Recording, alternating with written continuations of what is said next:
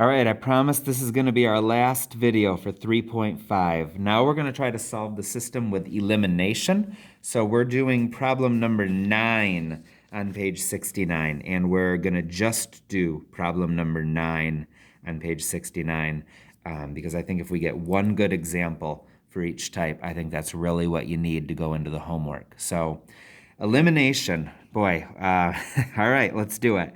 When you do elimination, you want to get the terms that match to line up like above and below each other. So what I'm noticing here is that we'll want these, like this is an x term and this is an x term, we'll want them to line up.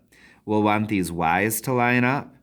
And we're not even close to having the y's lining up because we need them both to be on the same side of the equation. So we're gonna have to move one of those. And then I'm thinking, let's get all the just numbers over onto the right side because this is already on the right side and this is already on the right side. But we don't have this 11 over here yet. So I'm gonna try to move that as well. So I'm thinking if I move this y over here and if I move this 11 over here, that's going to help us do an elimination better. So let's start there. So let's subtract y from each side. And then let's subtract 11 from each side to get those moved. So let's see what this top one is going to look like now. So we're going to have an x squared. I'll move it over a bit. There we go. So we've got the x squared. The negative 7x stays.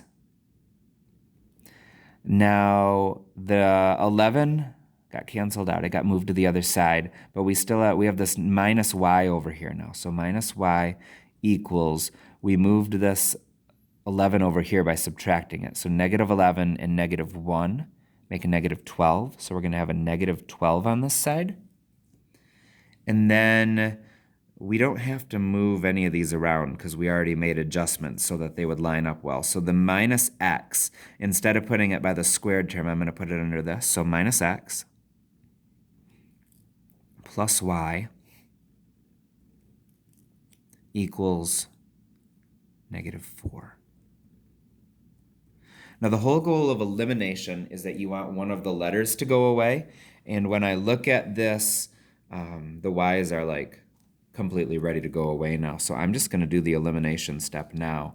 So I have 0x squareds here and one of them here. So I have a total of 1x squared, so x squared. Negative 7x and negative x would make negative 8x's.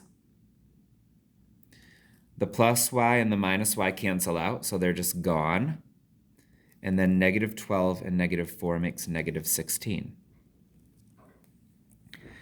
All right, so now I want to solve for x, and I don't like this over here.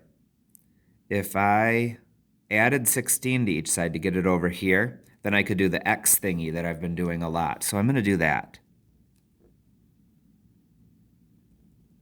So that's going to make it look like x squared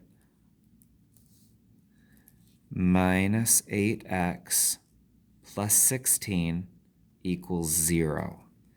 All right, so now I'm looking for two numbers that multiply to 16 and add to negative 8. All right, so 16 would be 16 and 1, 8 and 2, 4 and 4. All right, 4 and 4 seems to be what I'm looking at right here. But I need them to make negative 8. So if I make them both negative, negative 4 times negative 4 is 16. So that works. And negative 4 plus negative 4 makes negative 8. So those are the ones. So x equals the opposite of that. So x equals 4 and x equals 4. It's the same thing each time. So x equals 4.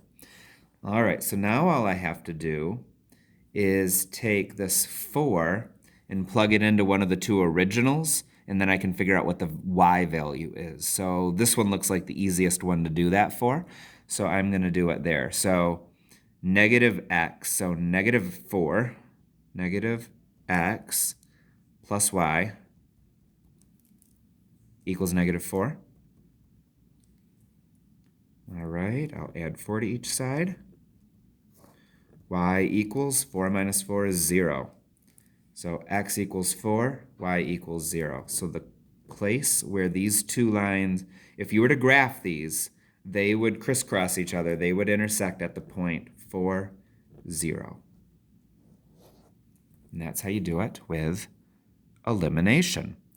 All right, this should give you a pretty good groundwork to be able to do your homework. So I'm going to let you go and say this is enough for our note-taking, and I want you to start working on your homework exercises from Big Ideas. Good luck.